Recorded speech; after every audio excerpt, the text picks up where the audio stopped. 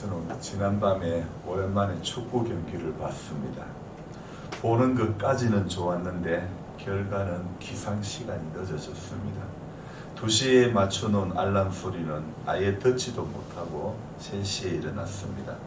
확실하게 제가 다시 깨닫는 것은 늦게 자면 늦게 일어난다는 겁니다. 체력이 아무리 좋아도 늦게 자면 늦게 일어날 수밖에 없는 겁니다. 어쩌다 한번 보는 축구는 괜찮겠지라며 생각해보며 위안을 삼았지요. 지금 중국 항저우에서는 아시안 게임을 하고 있지만 저는 그 경기에는 관심이 없습니다. 제가 요즘 유독 관심을 가지는 스포츠는 축구이고 바로 토트넘의 손흥민 선수를 제가 좋아하는데요. 사실 이 영국 축구에서 동양인이 주장을 맡는다는 것은 정말 이건 쉽지가 않은 일입니다. 이번 시즌 손흥민 선수는 토트넘의 주장이 되었고 토트넘의 분위기는요 아주 최상급입니다. 그래서 지난밤 지역 라이벌 아스널과의 경기에서 2대1로 이겼는데 마지막에 우리 손흥민 선수가 또 어제 2골을 넣어가지고 2대1로 이긴 거예요. 지금 계속해서 무패 행진을 가고 있는 겁니다. 어떻게 이렇게 잘할까? 너무 잘하니까 이게 관심이 더 많이 가는 거예요. 축구 선수로도 훌륭하지만 주장으로서의 역할 또한 이 선수가 너무 잘하는 거예요. 여기에는 신인 감독이 손흥민 선수를 신뢰하고 주장으로 세워주었기 때문에 신인 감독의 선수 기용 부분도 참 잘하고 있는 것 같습니다. 이번 시즌 개막 이후에 토트넘은 계속해서 무패 행진을 하고 있는데 감독의 전술과 주장 손흥민 선수의 훌륭한 리더십과 선수들의 자세가 한데 어우러져서 지금의 좋은 결과를 낳고 있는 것이죠. 그래서 분위기는 지금 최상급이죠. 저는 교회가 이러해야 된다는 생각을 해봅니다. 이번 시즌에 한 번도 패했던 경험이 없는 토트넘의 이런 분위기, 하나님의 교회도 성전구만 울리는 교회가 되어져야 될 줄로 믿습니다. 그래서 분위기만 이 토트넘이 좋은 팀이 아니라 이 토트넘만 분위기 좋은 팀이 아니라 우리 교회도 분위기 좋은 교회가 되기를 원합니다. 그런 기도가 나오는 거예요. 여러분 교회는요 영적인 분위기가 좋아야 되는 것입니다. 당진에 가면요 동일교회라고 있는데 시골이지만은 그 농로로 뭐 한참 들어가다 보면 교회가 나오는데 이게 분위기가 농촌교회지만은 분위기가 완전 다른 교회예요. 농촌교회이지만은 평균 연령이 자그마치 29세라는 겁니다. 이 사실 우리 교회 평균 연령은 얼마나 될까? 제가 정확하게 계산을 해보진 않았지만 아마 70대, 80대 그 정도에 되지 않을까? 70 얼마나 80 정도 가까이 되지 않을까 싶습니다. 그런데 이 농촌교회인데도 평균 연령대가 29세라는 점과 그리고 교회로 가는 그 시골 농로가 차가 막 밀려온다는 거죠. 동일교회에 대한 자세한 이야기는 제가 잘은 모르지만 어쨌든 분위기가 참 좋은 교회인 것은 틀림이 없는 것 같습니다. 2023년 현재 우리 교회도 분위기는 좋습니다. 교회는 이 교회의 영적인 분위기는 목사 혼자 만들어가는 게 결코 아닙니다. 우리 성도님들 한 분 한 분이 이 교회의 분위기를 함께 만들어 간다고 생각합니다. 목회자 한 사람이 특별한 은혜가 있어서 만들어가는 분위기가 아닌 성도님들 한 분 한 분 모두가 만들어가는 그런 교회가 희망이 있는 교회인 줄 믿습니다. 예배 후에 우리 전 집사님 댁에 고구마 밭에 갔었는데 이 고구마 줄기가 너무 좋은 거예요. 너무 고구마 줄기가 좋아서 야 이렇게 고구마 줄기가 좋은 밭은 처음 본다 그랬거든요. 근데 문제는 줄기는 너무 길쭉하고 무성하고 보기가 좋은데 고구마는 별로 들지 않았던 겁니다. 사람들이 하는 말이 생각납니다. 고구마 줄기가 너무 좋으면 고구마가 안 된다는 말이 맞는 것 같습니다. 줄기가 너무 많아서 낫질이 안 될 정도입니다. 그렇게 무성하게 자랐는데 고구마의 열매는 사실 줄기에 있는 것이 아니고 뿌리에 있는 것이죠. 물론 줄기도 반찬거리로 사용하지만 고구마의 목적은 존재 이유는 뿌리에 있는 겁니다. 무성한 잎이 고구마가 많이 달리는 게 결코 아니죠. 오히려 고구마는 척박한 땅에서 더 잘 자라는 것이죠. 땅이 너무 좋으니까 고구마가 달리지 않는 거예요. 식물로부터도 깨달음이 있습니다. 그래서 감사합니다. 성경 말씀에서 이런 말씀이 있죠. 잎만 무성한 무화과 나무와 같다는 느낌. 저는 그 고구마를 캐면서 와, 이게 정말 잎만 무성한 무화과 나무와 같구나, 이런 생각이 드는 거예요. 척박한 땅에서 살려고 더 깊이 뿌리를 내리니 고구마가 잘 될 수밖에 없는 것이죠. 우리 각자의 삶이 척박한 인생살이라 하더라도 그건 감사라는 것입니다. 세상살이가 척박하다는 것은 주님을 더 강하게 붙잡을 수 있는 기회가 되는 것 아닐까요? 어려운 인생의 여정이라 할지라도 믿음의 뿌리만 우리가 깊이 내리면 내 신앙도 고구마처럼 잘 자라나게 될 줄로 믿습니다. 그래서 겉으로 드러나는 외적인 어떤 줄기와 같은 것이 아니라 땅 속에 내리는 고구마 뿌리처럼 내 믿음의 뿌리가 잘 들어야 될 줄로 믿습니다. 어쩌면 우리의 싸움은요, 지금 우리가 어떤 싸움을 싸우고 있냐면 보이는 것과 보이지 않는 것의 싸움을 싸우고 있는 겁니다. 여러분, 신앙생활은 그래요. 보이는 것하고 보이지 않는 것과의 싸움이 우리 안에서 끊임없이 일어나는 것입니다. 그래서 성도는요, 우리가 비중을 둬야 되는 것이 보이는 것에 비중을 두는 것이 아니라 우리는 오늘도 보이지 않는 것에 더 많은 비중을 두고 소망을 두고 살아가야 하는 것이 성도된 우리의 삶인 줄로 믿습니다. 추석이 낀 주간이라 이번 한 주간은 공식적인 성경 읽기도 쉬게 됩니다. 하지만 그래도 저는 꼭두 새벽에 일어나야 하죠. 그게 바로 보이지 않는 것에 비중을 두고 살아가는 성도의 삶이라는 것입니다. 명절이라서 우리가 기도하는 건을 놓쳐버리면 안 되는 것입니다. 연휴라고 우리는 어디 좋은데 구경 갈 것이 없나, 좋은데 먹을 것이 없나, 이거는 어떤 것이 아니라 우리의 비중은 우리 마음속에 자꾸 우리가 성도된 우리가 비중을 둬야 될 것은 보이는 데 비중을 두지 않고 보이지 않는 것에 귀한 것이 많기 때문에 거기 비중을 두고 살아가는 것이 바로 성도의 삶인 줄로 믿습니다. 오늘 이 예레미야 27장이요, 전체적으로는요 어떤 내용이냐면 거짓 선지자들과 싸우는 예레미야에 대해서 말씀을 하고 있는데, 오늘 이 앞부분에서는 하나님의 명령으로 예레미야가 몸으로 계시를 보여주는 그런 모습을 이제 설명해 주고 있죠. 그래서 2절부터 8절까지가 예레미야가 보여야 하는 몸의 계시라는 것입니다. 다른 말로 하면 이미 몸의 계시라니까 말이 어려운데요. 사실 일종의 시청각 교육과 같은 것입니다. 우리 예수님께서 말씀을 전하실 때에 이렇게 말씀하셨죠. 들에 핀 백합화를 보라, 공중 나는 새를 보라. 주님께서 들에 핀 백합화를 보여주시고 공중 나는 새를 보라고 하시면서 말씀을 이렇게 풀어 가시는 것이죠. 그와 마찬가지라는 것입니다. 유다 백성들이 말귀를 알아듣지 못하고 멸망을 향해 달려가고 있습니다. 이러한 백성들을 바라보는 하나님의 마음은 안타깝기만 하지요. 그래서 예레미야를 통해서 여러 가지 실물 교육을 하나님께서 유다 백성들에게 실시하는 것입니다.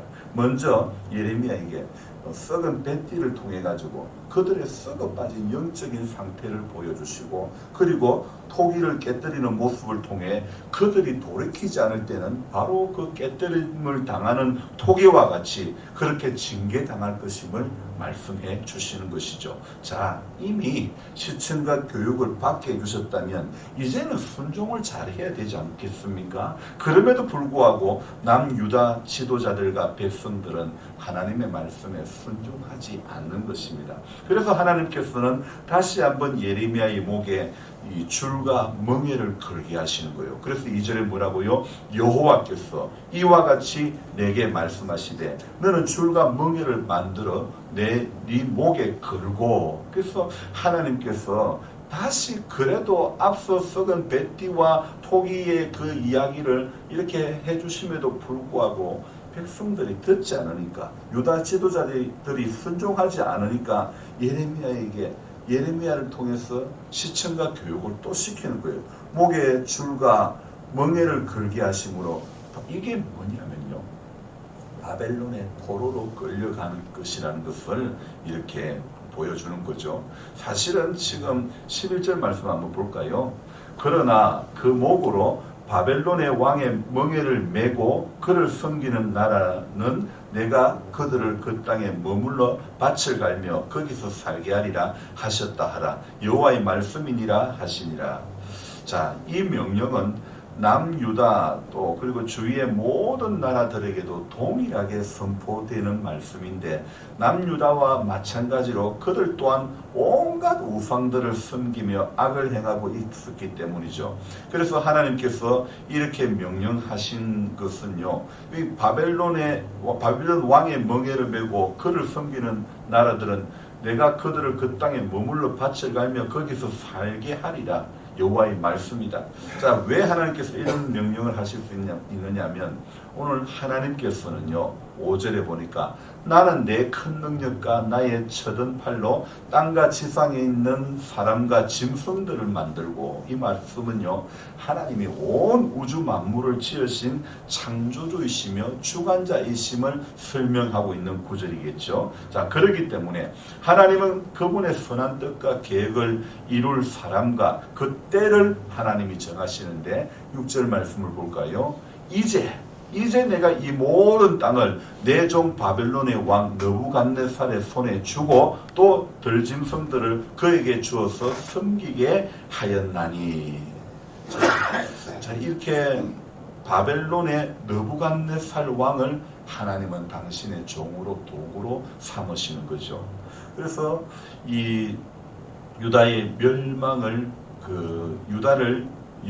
유다와 열방을 징계할 도구로 하나님은 느부갓네살을 들어서 사용하시는 것이죠.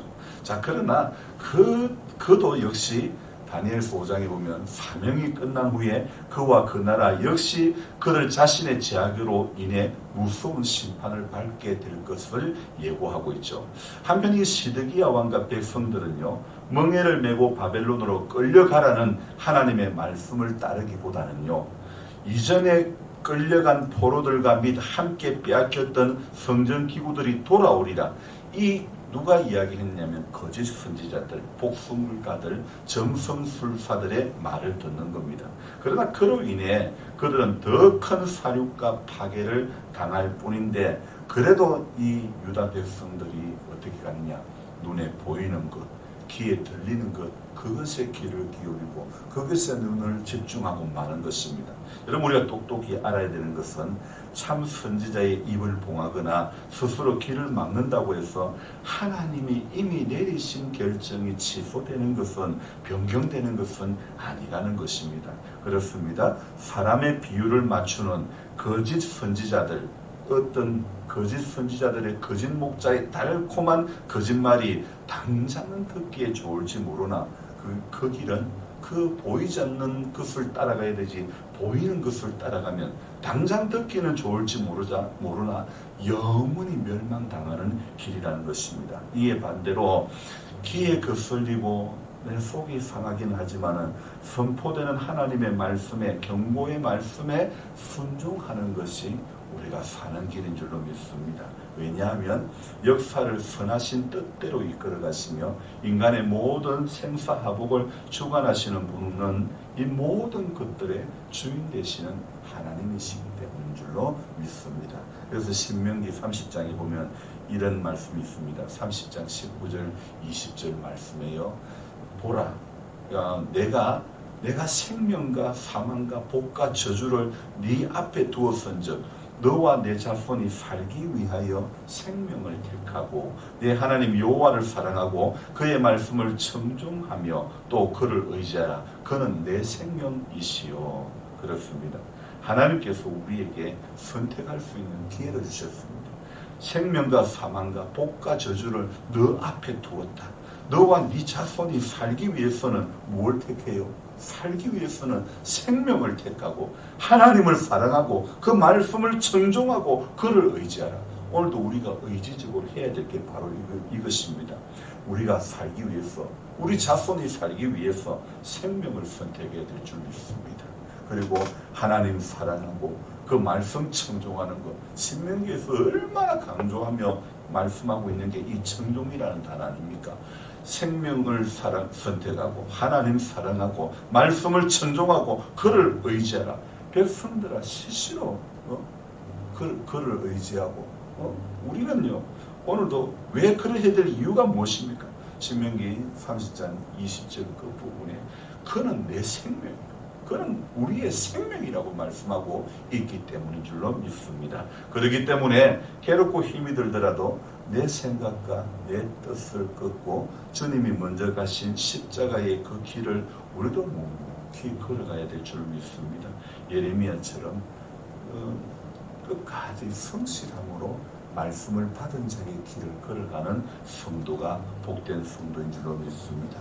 하나님의 한 절의 말씀에 오늘도 순종하기를 이미 결단하고 나와야 되는 것입니다. 이 문을 열고 나가는 순간 선포하면서 하나님 앞에 오늘도 주님 순종의 길을 걸어가는 한 사람이 되기를 원합니다. 주님 도와주십시오. 그렇게 기도하며 살아가야 될 줄로 믿습니다. 이미 시작부터 나는 이미 진 게임이다 하면 안 되는 거예요. 어제 제가 말씀드렸지 않습니까? 노란 삿바 고무줄 2개를 짧은 것만 2개 끝을 앞에 내놔놓고 그리고는 긴 거 뽑아라면 절대 긴 거 뽑을 수가 없는 거예요. 이미 세상에서 우리는 절대 이길 수 있는 힘은 우리 안에는 없습니다. 그래서 오늘도 우리가 그분을 의지하며 그분의 도우심을 구하며 바라며 생명을 선택하고 하나님의 말씀을 오늘도 청종하며 하나님 사랑하고 의지하는 것, 그것이 저와 여러분들이 살아가야 될 이유, 방법인 줄로 믿습니다. 기도하겠습니다.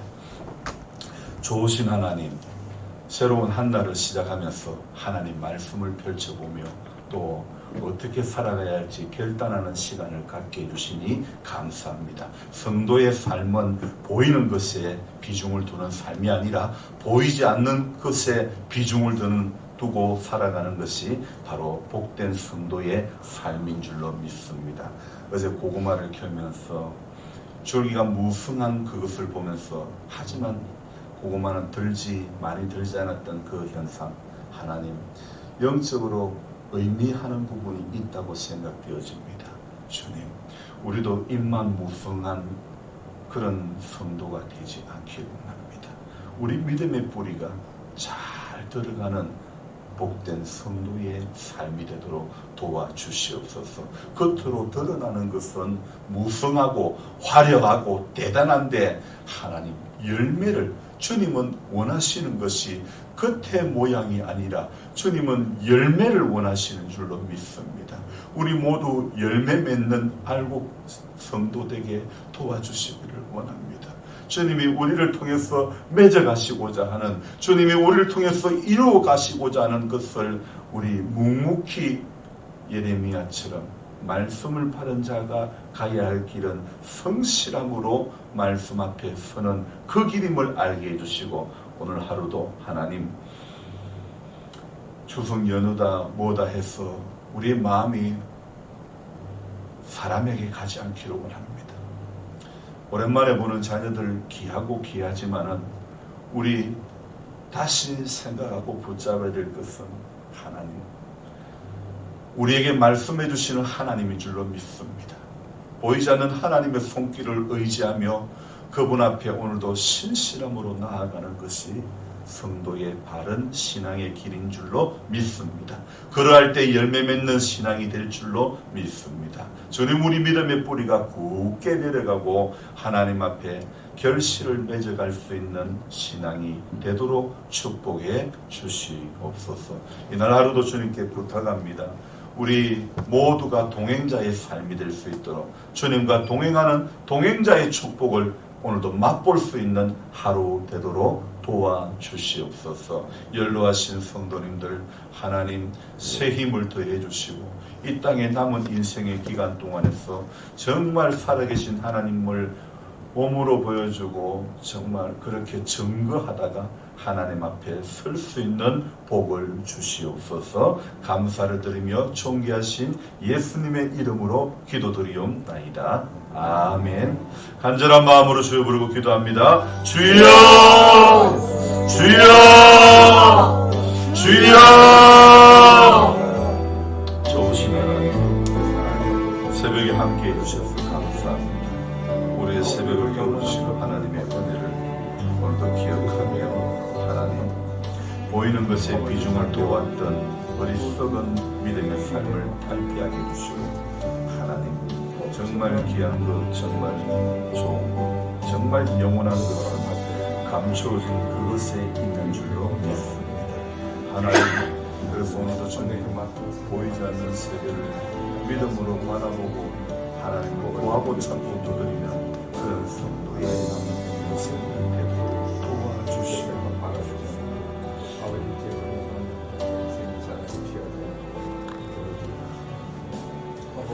하나님, 말씀으로 한 몸은 말씀대로만 놓여 있습니다. 그렇지만 하나님, 우리에게는 하나님을 의지하며 기도할 수 있는